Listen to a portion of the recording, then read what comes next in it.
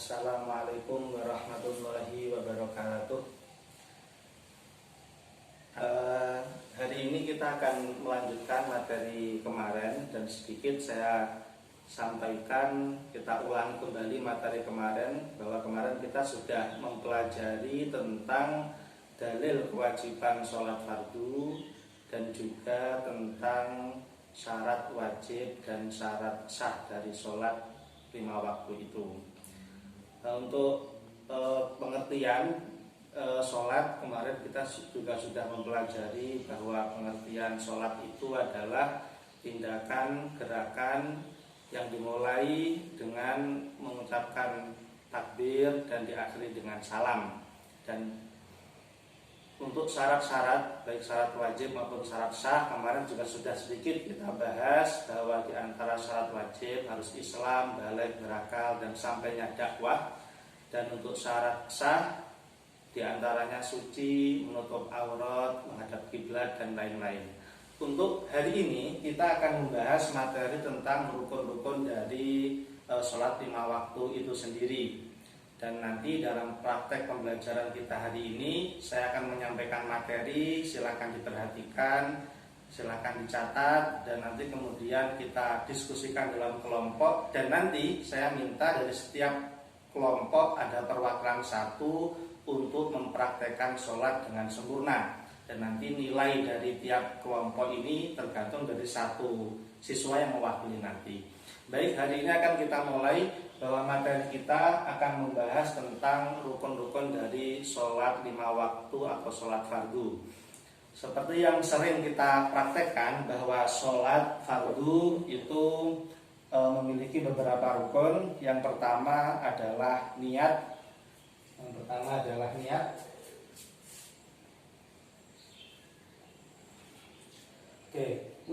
Niat itu adalah tugas dari hati. Adapun lisan melafadzkan itu hanya sebagai pembantu kesunahan, membantu agar hati lebih mudah untuk konsentrasi. Niatnya yang paling pokok dalam niat itu adalah 3 hal. Yang pertama adalah usolli, sengaja melakukan, fardhu, untuk meniatkan fardunya, dan al-zuhri, al-asri, tergantung sholatnya apa. 3 ini pokok, dan ditambah makmuman jika dia seorang makmum. Selebih itu adalah kesunahan. Jadi umpama kita niatnya usolli, fardhu, zuhri, makmuman sudah cukup. Jika untuk anjurannya, kesempurnaannya, usolli, fardhu zuhri, arba rakaatin, mustaqbal kiblati, adaan, makmuman lillahi ta'ala. Seperti itu. Itu untuk niat. Kemudian langsung saja kita lanjutkan dengan melihat gambar. Bisa dilihat gambar praktek sholat yang ada di sebelah sana. Oke. Jadi yang pertama adalah berdiri dan takbir. Jadi niat tadi posisinya sudah berdiri, kemudian takbir seperti dalam gambar yang dicontohkan itu. Jadi berdiri menghadap kiblat, tangan diangkat, membaca takbir, hati niat untuk melaksanakan sholat. Berikutnya setelah selesai membaca takbir, untuk rukunnya, jadi rukun tadi sudah saya sebutkan. Yang pertama adalah niat, bareng dengan rukun berdiri juga bareng dengan rukun membaca takbiratul ihram. Kemudian yang keempat adalah rukun membaca Fatihah. Jadi 1, 2, 3, 4. Yang keempat adalah membaca Fatihah. Nah, selesai membaca Fatihah, untuk rukun berikutnya adalah rukuk. Jadi setelah Fatihah ini umumnya kita membaca surat-suratan untuk kesunahan, baik kita lakukan. Nah, setelah itu langsung masuk ke rukun yang berikutnya, yang nomor 5, yaitu rukuk. Rukuk itu tata caranya seperti dilihat dalam gambar itu, bahwa punggung turun, tangan sampai kepada lutut, dan punggung lurus seperti papan kalau dalam bahasa lainnya. Jadi seperti ini. Terus begitu, dan di situ kesunahannya membaca tasbih 3 kali. Nah, setelah selesai, sebelumnya dalam rukuk tadi itu ada rukun lain yang bersama dengan itu, ya, yaitu rukun tumak ninah. Tumak ninah itu adalah diam sejenak. Jadi kita kalau praktek sholat itu tidak boleh terburu-buru sampai meninggalkan tumak ninah. Jadi mama turun, harus turun, diam sejenak, baru bergerak lagi. Jadi mama langsung turun begini, langsung naik, ini belum cukup karena tidak melaksanakan tumak ninah. Kemudian dilanjutkan dengan rukun berikutnya. Tadi yang keenam adalah tumak ninah. Kemudian yang ketujuh adalah i'tidal. I'tidal itu kembali kepada posisi sebelum rukuk, yaitu orang yang sehat tadi berdiri, kembali berdiri lagi, membaca zikir atau zikir ini kesunahan. Jadi yang pokok adalah berdiri kembali lagi. Berikutnya dalam i'tidal itu sama dengan rukuk, itu juga ada tumak ninahnya. Jadi harus diam sejenak. Jadi bangun begini harus ada diam sejenak, nggak boleh bangun diam langsung turun. Jadi tanpa ada diam sejenak nggak boleh. Jadi harus diam sejenak, kemudian kembali untuk melakukan rukun berikutnya yaitu sujud. Jadi dalam i'tidal itu juga ada tumak ninah. Kemudian yang kedelapan, rukun berikutnya yang kedelapan adalah sujud. Sujud ini sama, praktek sujud itu ada beberapa anggota yang harus bersentuhan dengan lantai sajadah atau alas, tergantung dasar di mana. Jadi kening terbuka itu menyentuh langsung ke tempat sujud.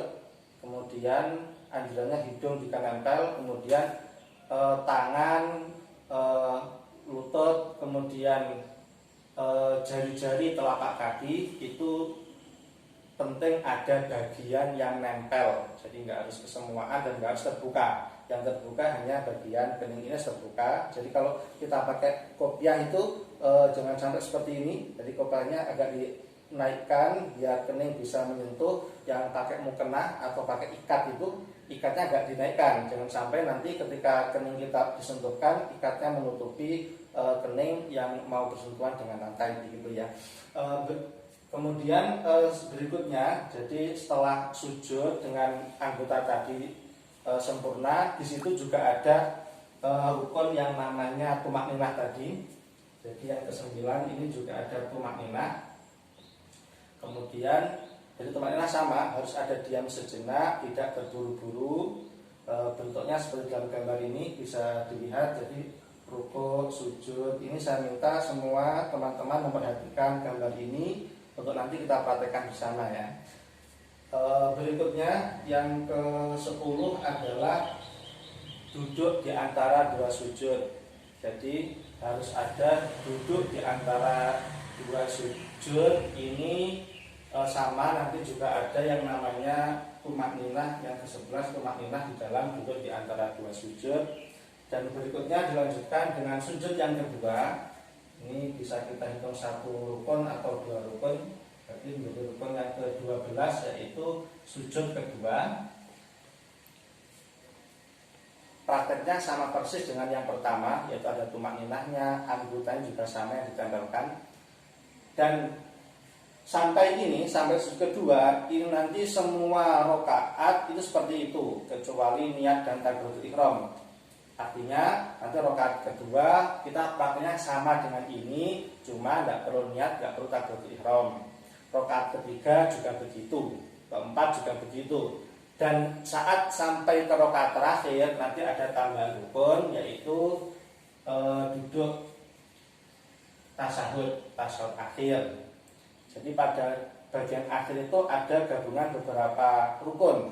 Duduk tasyahud akhirnya, ini nomor 14. Lalu ada membaca tasyahud, yang ke-15 membaca tasyahud. Lalu yang ke-16 membaca sholawat. Dan kemudian yang terakhir adalah salam. Jadi ini adalah rukun-rukun dalam sholat yang wajib. Jadi jika sampai ada yang kosong, ini harus kembali ke rukun yang tertinggal itu. Nggak bisa dihindari. Berbeda dengan kesunahan seperti tasyahud awal, membaca kunut, itu kesunahan yang umpama tertinggal tidak boleh kembali kepada tindakan tersebut. Oke, baik anak-anak, ini tadi adalah materi tentang rukun-rukun dari sholat 5 waktu. Saya rasa tadi teman-teman sudah mencatat semua. Berikutnya sebelum saya bagi ke beberapa kelompok, mungkin ada yang ditanyakan dari materi ini, silahkan.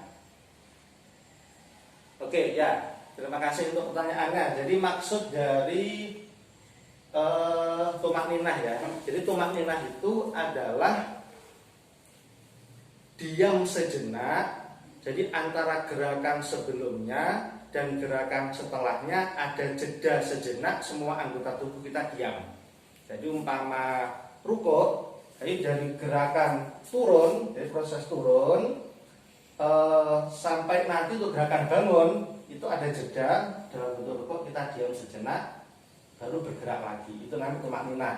Dan itu harus ada pada rukuk, i'tidal, sujud dan duduk di antara dua sujud. Ini harus ada tumak ninahnya.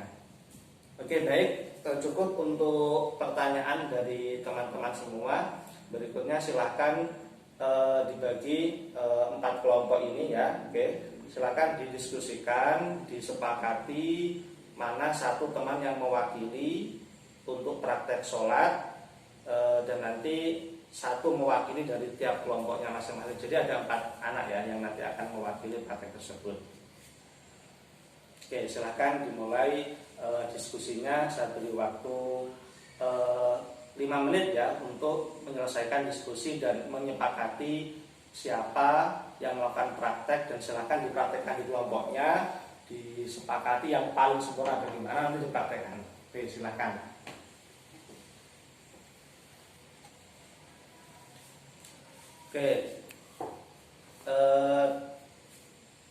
Oke, jadi ini kita sudah selesai praktek, sudah selesai semuanya. Maka untuk pembelajaran hari ini kami cukupkan. Sedikit kami simpulkan terkait beberapa rukun dari sholat 5 waktu, seperti yang tadi sudah kita pelajari dan sudah kita catat bersama, bahkan sudah kita praktekkan bareng-bareng ya.